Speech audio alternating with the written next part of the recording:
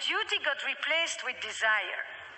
And desire became an owning of the wanting. Desire became an expression of a sovereign self. And all of that could only happen with one of the greatest revolutions called the democratization of contraception, which allowed women to go to work and which allowed us for the first time to separate sex from reproduction, which we now have separated reproduction from sex, and which we are now separating gender from anatomy. And all these categories have made it so that for so long sexuality was primarily from the realm of biology. It was a part of your condition, just something that is part of who we are. But today, sexuality is not just a part of our biology, it's a part of our identity. And it's something that I define, that I give meaning to. Sexuality has become a property of the self that is part of our sense of self-definition. That's why a lot of the things that are happening are so crucial. And not only did the meaning of sex change, but the whole meaning of committed relationship, or what traditionally has been marriage, which was primarily an economic institution. We have transformed it into a romantic arrangement. We brought love into marriage. We brought sex to love. We brought the connection between sexual satisfaction and marital happiness. All these units that have never really been connected like that. And we also brought happiness down from the heavens. It used to be for the afterlife. Now,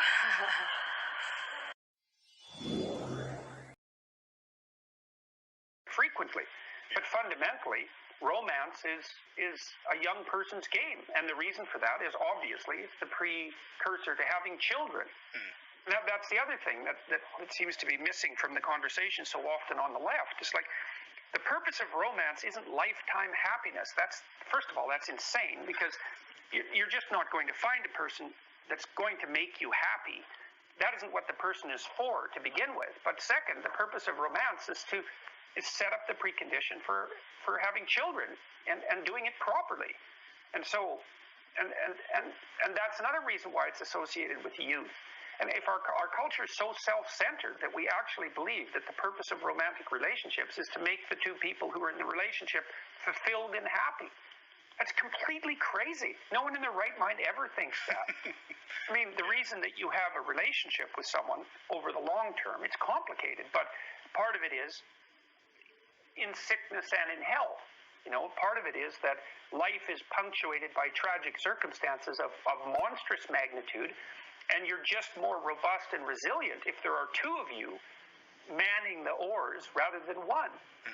So that's a huge part of it. And of course, because our culture is also so youth obsessed, we never think about the last half of our life.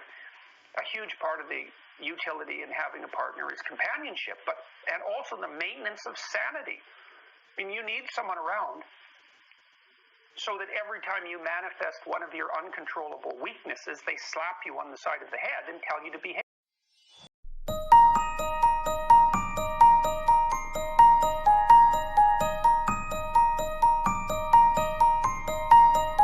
That you get a partner of your choice or you don't get a partner of your choice. Eventually, you end up staying with each other and more or less the same things happen. You know, I always say this. I say, no one teaches a volcano how to erupt. No one teaches a tsunami how to sway. No one teaches a hurricane how to attack. And no one teaches a man or a woman how to find a partner in marriage. Natural disasters just happen. Natural disasters just happen.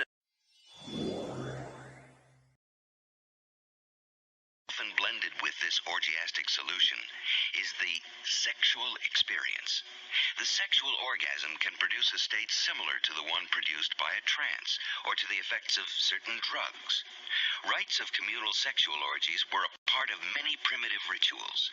It seems that after the orgiastic experience, man can go on for a time without suffering too much from his separateness. Slowly, the tension of anxiety mounts and then is reduced again by the repeated performance of the ritual. As long as these orgiastic states are a matter of common practice in a tribe, they do not produce anxiety or guilt. To act in this way is right and even virtuous because it is a way shared by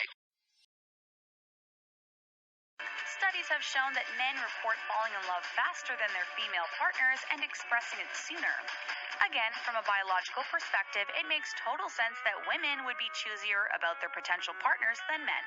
After all, women have a lot to lose in terms of potential reproduction by committing years of their lives to the wrong men. We have a finite number of eggs and a limited window of fertility, which men don't have to worry about.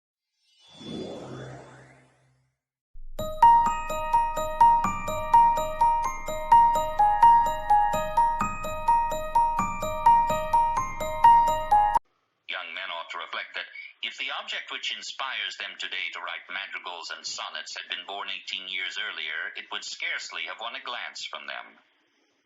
After all, men are much more beautiful in body than women. It is only a man whose intellect is clouded by his sexual impulse that could give the name of the fair sex to that undersized, narrow-shouldered, broad-hipped, and short-legged race. For the whole beauty of the sex is bound up with this impulse. Instead of calling them beautiful, there would be more warrant for describing women as the unaesthetic sex. Neither for music, nor for poetry, nor for the fine arts have they really and truly any sense of susceptibility. It is a mere mockery if they make a pretense of it in order to assist their endeavor to please. They are incapable of taking a purely objective interest in anything. The most distinguished intellects among the whole sex have never managed to produce a single achievement in the fine arts that is really genuine and original, or given to the world any work of permanent value in any sphere. This veneration of women is a product of Christianity and of German sentimentality, and it is in turn a cause of that romantic movement which exalts feeling, instinct, and will above the intellect. The Asiatics knew better, and frankly recognized the inferiority of woman. When the laws gave women equal rights with men, they ought also to have endowed them with masculine intellects. Asia again shows a finer honesty than ours in its marriage institutions. It accepts as normal and legal the custom of polygamy, which, though so widely practiced among us, is covered with the fig leaf of a phrase. Where are there any real monogamists? And how absurd it is to give property rights to women. All women are, with rare exceptions, inclined to extravagance, because they live only in the present and their chief outdoor sport is shopping. Women think that it is men's business to earn money and theirs to spend it. This is their conception of the division of labor. I am therefore of opinion that women should never be allowed altogether to manage their own concerns, but should always stand under actual male supervision, be it of father, of husband, of son, or of the state, as is the case in Hindustan, and that consequently they should never be given full power to dispose of any property they have not themselves acquired. It was probably the luxury and extravagance of the women of Louis XIII's court that brought on the general corruption of government which culminated in the French Revolution. The less we have to do with women, then, the better. They are not even a necessary evil. Life is safer and smoother without them. Let men recognize the snare that lies in women's beauty, and the absurd comedy of reproduction will end. The development of intelligence will weaken or frustrate the will to reproduce, and will thereby at last achieve the extinction of the race. Nothing can form a...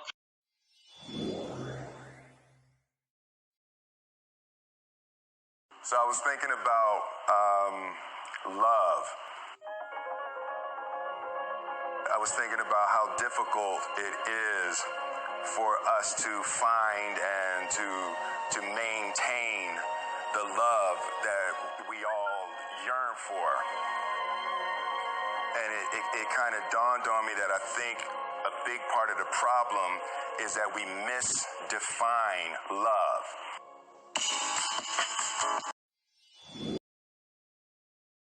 We require a new philosophy of love. In effect, a powerful secular religion of love. This should be read out after the news, and its tenets taught to CEOs and supply chain managers.